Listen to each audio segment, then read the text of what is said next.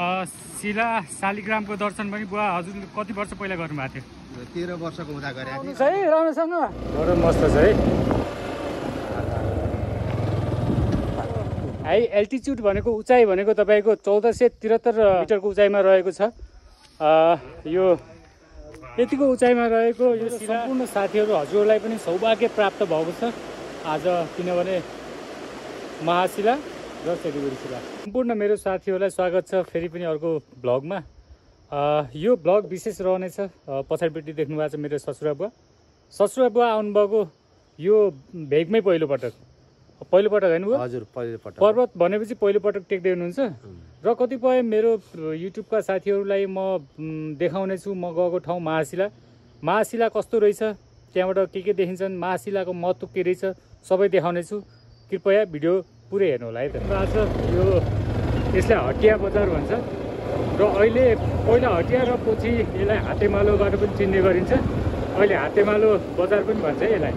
अब यहाँबाट अगाडिपट्टि एउटा चोक आउँछ, त्यहाँबाट हामी सर देब्रे लाग्नेछौँ। यहाँबाट र यो बजार पर्वत जिल्लाको दक्षिणी भेगमा रहेको बडो पुरानो बजार हो यो।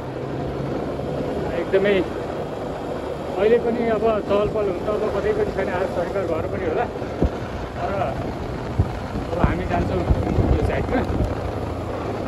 महाशिलाको यात्रा हाम्रो यताउतिबाट गर्छ है त।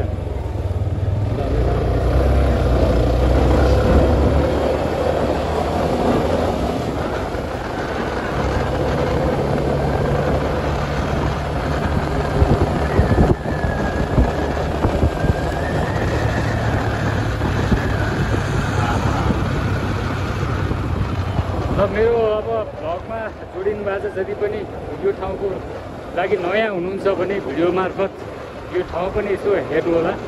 योभन्दा अगाडि के पर्छन् सबै देखाउने छु मैले। बडो रमणीय गाउँहरू देख्न सकिन्छ। यो ठाउँको नाम के छ सोधेको छैन मैले, तर बडो मस्त छ है। ल यो काभ्रे त्यो अघि तलपट्टि देखेको भोलले है अलि माथि आएर सोधेँ, यो फेरि काभ्रे। यतातिर अधिकांश यहाँका जति पनि हुनुहुन्छ उहाँहरू भनेको हाम्रो ग्राहकहरू नै हुनुहुन्छ।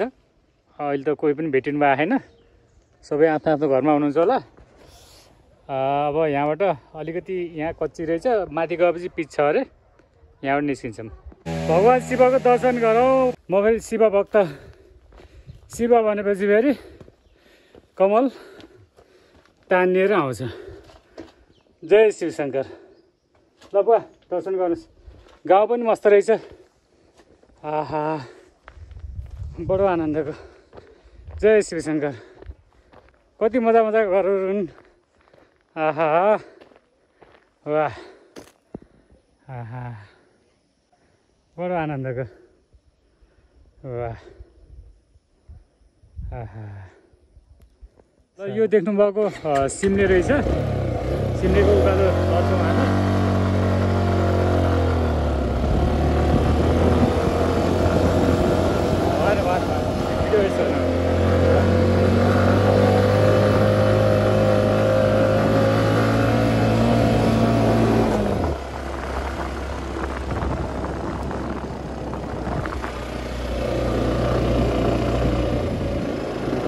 कुन गाउँ हो यो? बडो मस्त छ है। गाउँहरू माथि डाँडाहरू।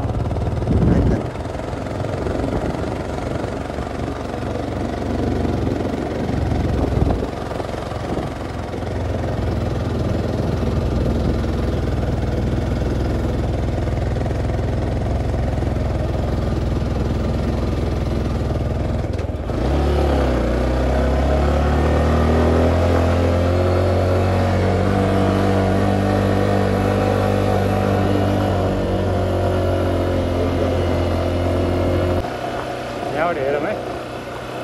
ल यहाँबाट यसो बडो मजाको गाउँहरू छन् यो देखिएका। बाइक यहाँ राख्छौँ हामी र निस्किन्छौँ महाशिलातिर है। ल यहाँ दिदी हुनुहुँदो रहेछ, दिदीलाई सोधौँ न त। दिदी हजुरको घर कहाँ हो? महाशिला नम्बर 5 ए हजुरको नाम शुभ नाम दिदी शुभ नाम मेरो छमकुमारी दिदी अधिकार दिदी ल यहाँबाट गएपछि हामी पुगिन्छ म एकचोटि बाइक माथिबाट महाशिला सुन्नु न म माथिबाट बाइक त्यति बेला हिरो होन्डा थियो माथिबाट झारेको हेर्नुहोस् झन्डै बाइक त त्यो दुईतिर टेकेर आएको कि तल त्यस्तो बाटो बिग्रेको त्यही भएर हामी यहाँ बाइक राखेर हिँडेर जान्छौँ है होइन ठिक छ दिदी ल है त ल है हामी वालिङबाट दिदी ल है हामी जान्छौँ है बुवालाई हिँड्न पर्यो नि एकछिन त ल महाशिलाको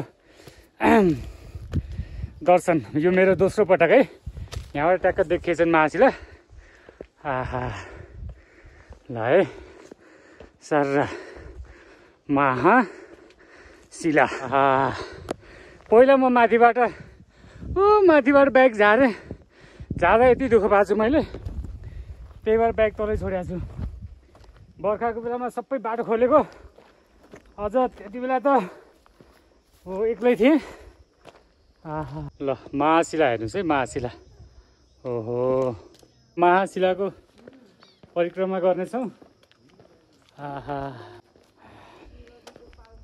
यो पर्वत स्याङ्जा भेगको मात्रै होइन नेपाल अधिराज्यभरिको जहाँसुकैको हुनुहुन्छ यो हेर्नुहोस् र एकपटक यो ठाउँमा आउनुपर्ने ठाउँै हो यो बडो अचम्मको ठाउँ बडो अचम्मको शिला जुन शिलाको नाम महाशिला रहेको छ यसलाई जो कोहीले यो जानकारी दिँदैन यो देख्नुभएको यो महाशिलाको उचाइ भनेको तपाईँको 1473 मिटरको उचाइमा रहेको छ यो यतिको उचाइमा रहेको यो शिला बडो विचित्रको शिला बडो आनन्दको आउनुहोस् स्वर्गीय अनुभूति भनेको यो हो स्वर्गीय अनुभूति नेपालको अनेकौँ ठाउँ हरेक ठाउँहरू छन् म पहिले पनि भिडियोहरू बनाउँदाखेरि भन्ने गर्छु म नेपालको जुनसुकै ठाउँमा जाउँ मलाई बिरानो फिटिकै महसुस हुँदै हुन्न मलाई आफ्नै फिल हुने गर्छ ल यहाँ हाम्रो ससुरा बुवा हुनुहुन्छ ल आउनुहोस् बुवा हजुर आउनुहोस् यता ल आफ्नो भित्री मनले नै भन्नुहोस् यो ठाउँमा आउँदाखेरि तपाईँलाई कस्तो लागेको छ धेरै रमणीय लाग्यो धेरै रमाइलो ठाउँ रहेछ हो किनभने म पहिलोचोटि आएको हो ल हाम्रो यहाँ दाजुहरू पनि हुनुहुन्छ ल दाजु हजुर कुन ठाउँदेखि म चाहिँ तल हटिया हो ल हटियादेखि अनि हजुर मित्र कहाँदेखि ल कस्तो लागेको छ यतातिर आउँदाखेरि बडो विचित्र होइन तपाईँको बुवा हजुरबाको मुखार बिन्दबाट सुनेको यो ठाउँमा आउँदाखेरि या घुम्दाखेरि एक मानव भात पाक्छ भनेको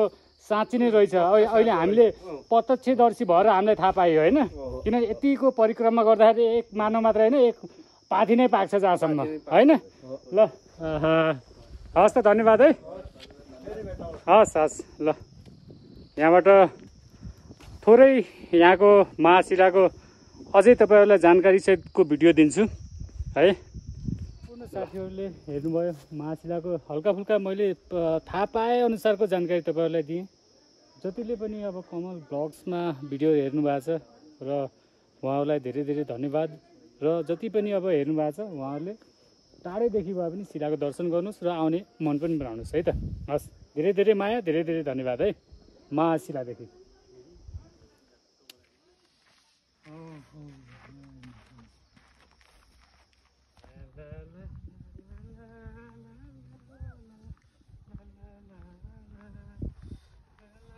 बाटोमा हिँड्दाखेरि बडो रमणीय ठाउँहरू देखिन्छ यसो बसेर भिडियो बनाउन मन लाग्ने र हाम्रो ससुराबाबु उता हुनुहुन्छ पर्वतको बाटो यसो देखाउँछु भनेर हिँडालिरहेको छु यता पुल पनि देखिया रहेछ यता कुन कुन गाउँ हो त्यो अब जानकारी भएन तर बडो मस्त छ है गाउँहरू ससुराबालाई यसो त्यहाँ लिएर जान्छु तर भन्दिनँ मेरो ससुरा बुवा हजुरलाई महाशिलाबाट आएपछि यसो पर्वतको बाटो देखाउँछु भनेर सेतीबेडी शिला लिएर आएको अचम्म पर्नु भएको छ ल दर्शन गर्नुहोस् है बा मेरो सम्पूर्ण साथीहरू हजुरहरूलाई पनि सौभाग्य प्राप्त भएको छ आज किनभने महाशिला र सेतीबेडी शिला सेतीबेडीको शिलाको महत्त्व तपाईँहरूलाई अब मैले भन्नै पर्दैन ल दर्शन गर्नुहोस् सर यताउतिबाट परिक्रमा गर्न मिल्दैन ल बुवा दर्शन गर्नुहोस् है ल सर ल दर्शन गर्नुहोस् ओम भक्तिमा नै शक्ति छ, आस्थामा पनि शक्ति छ है। आस्थाले नै भक्ति जगाउने हो है त। ल सच्चा मनले ओम भन्नुहोस्। जय शिला। शिला शालिग्रामको दर्शन पनि बुवा हजुरले कति वर्ष पहिला गर्नुभएको थियो? 13 वर्षको हुँदा गरेको थिएँ। अहिले 56 वर्ष 57 वर्ष भयो। भनेपछि लगभग 45 वर्ष पहिला, 45 वर्षपछि तपाईँलाई आउनको लागि जुर्यो आज। र महाशिला फेरि पहिलोपटक होइन त? पहिलोपटक। ल है, हजुर सम्पूर्णलाई यो भ्लग उहाँबाट फेरि जोडेँ मैले। र शिला शालिग्रामबाट तपाईँहरू सम्पूर्णलाई हृदयदेखि नै धेरै धेरै धन्यवाद। ल है त, आज पूर्ण रूपमा भक्ति दर्शन, आज पूर्ण रूपमा हाम्रो यात्रा भनेको धार्मिक मात्रै रह्यो है। हस्, धेरै धेरै धन्यवाद शिला शालिग्रामदेखि।